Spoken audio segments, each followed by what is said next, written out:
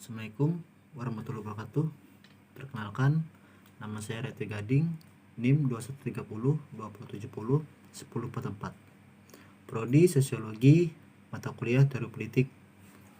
Dosen pengampu DR Yunita Asmawati, SIP, MSI. Tema materi saya dengan judul Teori Behaviorisme, Transivis, Presentasi Teori Behaviorisme, Ciri Utama Manusia. Pembahasan ciri utama manusia: berpikir menjelajahi fenomena yang nampak dan tidak nampak, berbahasa, berkomunikasi, bersosialisasi untuk menyampaikan hasil pemikirannya. Salah satu objek pemikiran manusia adalah bagaimana manusia dapat berbahasa. Ada pro dan kontra bagaimana manusia dapat berbahasa. Teori belajar bahasa. Teori mendeskripsikan, menerangkan, menjelaskan fakta, meramalkan kejadian-kejadian yang akan terjadi berdasarkan teori yang sudah ada, mengendalikan, mencegah sesuatu supaya tidak terjadi atau mengusahakan supaya terjadi. Belajar teori berhubungan dengan belajar.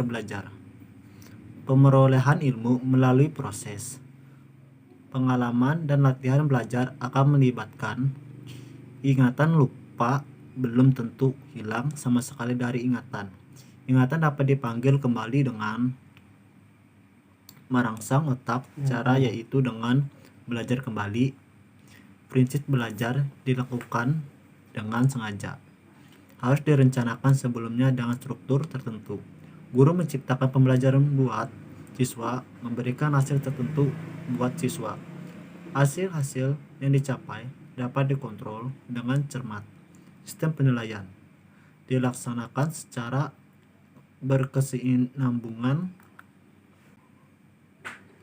Harapan dari belajar adanya perubahan behavioral change, menghasilkan kecakapan baru, adanya usaha untuk mencapai yang lebih baik dengan disengaja. Teori behaviorisme, John Watson 1878-1958. Bapak behaviorisme, stimulus respons, menolak adanya pengaruh naluri estetik, makan lapar, kegiatan makan bukan karena nalur tetapi karena adanya stimulus dan respon.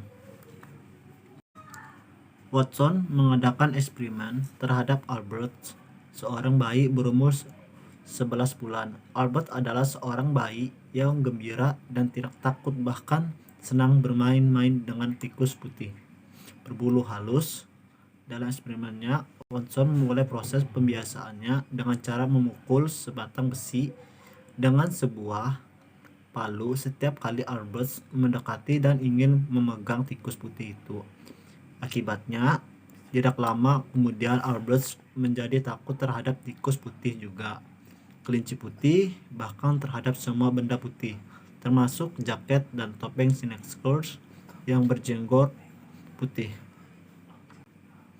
Skinner 1957 opponents conditioning.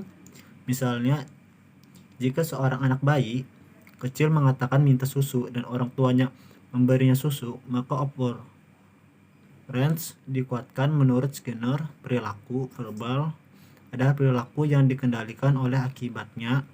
Bila akibatnya itu hadiah, perilaku itu akan terus dipertahankan. Namun bila akibatnya adalah hukuman atau kurang adanya penguatan, perilaku itu akan diperlemah atau pelan-pelan akan disingkirkan. Ada seseorang anak kecil menangis meminta es kepada ibunya. Ada seorang anak kecil menangis meminta es krim. Tetapi karena ibunya yakin dan percaya bahwa es itu menggunakan pemanis buatan, maka sang ibu tidak meluluskan permintaan anaknya. Sang anak terus menangis, tetapi sang ibu bersikuku untuk tidak menuruti permintaan anaknya. Lama-kelamaan, tangis anak tersebut rada dengan sendirinya, dan di lain waktu tidak meminta es semacam itu lagi kepada ibunya, apalagi dengan menangis. Seandainya anak itu kemudian dituruti keinginannya oleh ibunya, apa yang akan terjadi? Pada kesempatan lain anak tersebut akan meminta es lagi.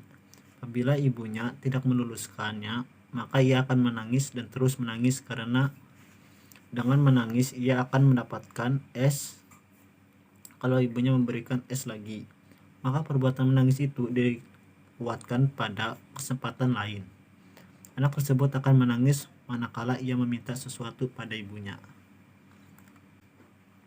Teori pembiasaan.